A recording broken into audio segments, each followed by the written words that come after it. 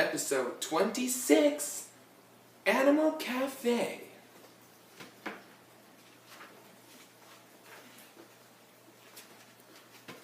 Maxwell owned a food shop. Sometimes business was good, and sometimes business was bad. But good or bad, it was all the same to Maxwell. For one morning each week, he found that the foods on his shelves had vanished overnight, and his cash register was stuffed full of money.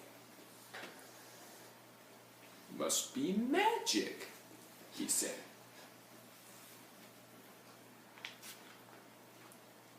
As Maxwell closed the shop one Friday evening, he said to his cat and dog, "You, Casey, you're such a lazy cat, you couldn't catch a mouse if it were sitting on top of your nose. And you, Cedric, some watchdog you are.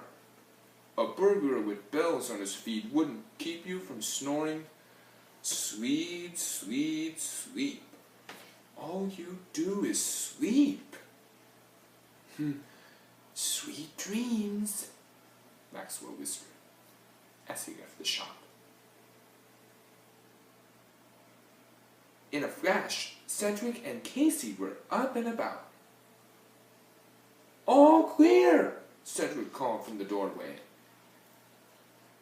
Casey was already in the kitchen, slicing, dicing, and spicing. "What are you cooking tonight?" Cedric asked. "I'm writing out the menus." "It's an old family recipe. A tasty dish of chipped beef with a touch of cheddar cheese, some chopped liver, and lima beans, with some spinach, garlic, and prune juice tossed in for good measure." "Bad. We'd better call it Casey's Combustible Casserole," Cedric said.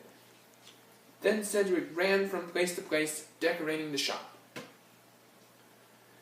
Casey heard the sound of approaching footsteps and chattering voices.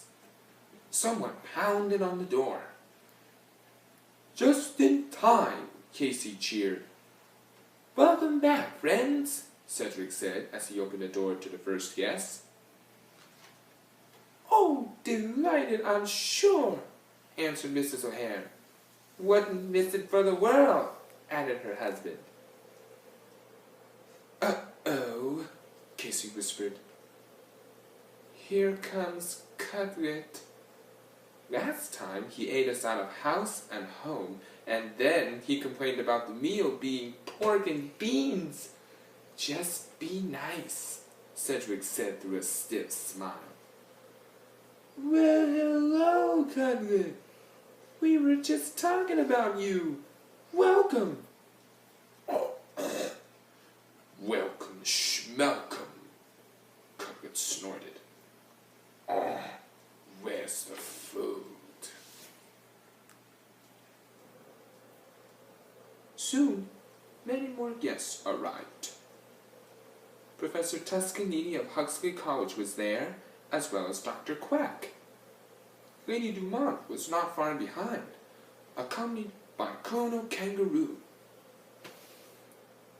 All the guests mingled happily, discussing this and that. "Oh, no, thank you." Cedric saw that it was growing late and hurried the guests to their tables.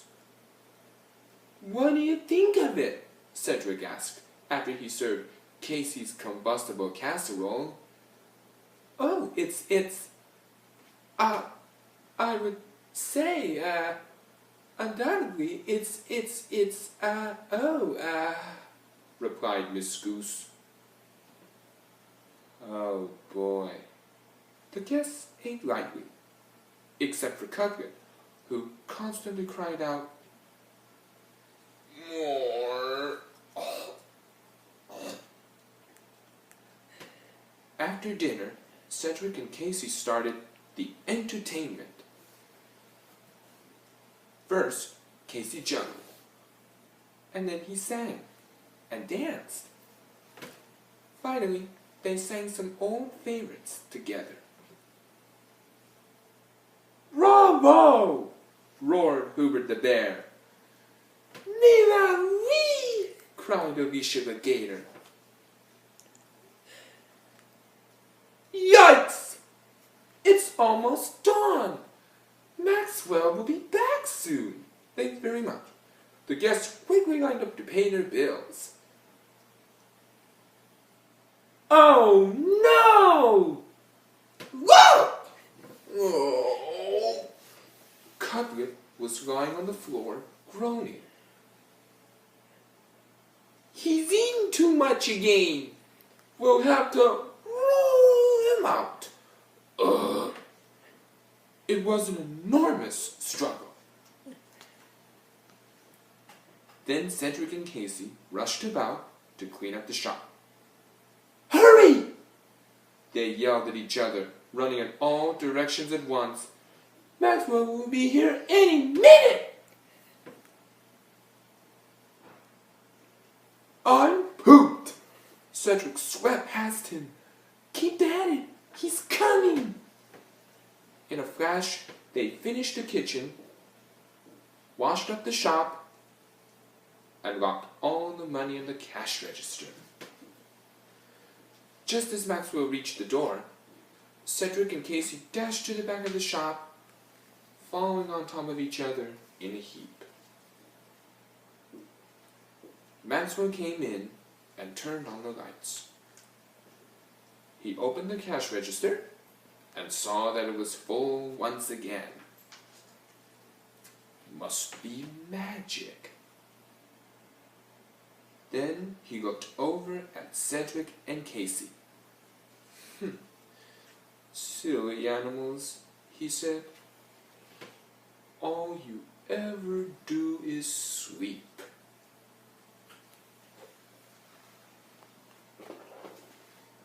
And that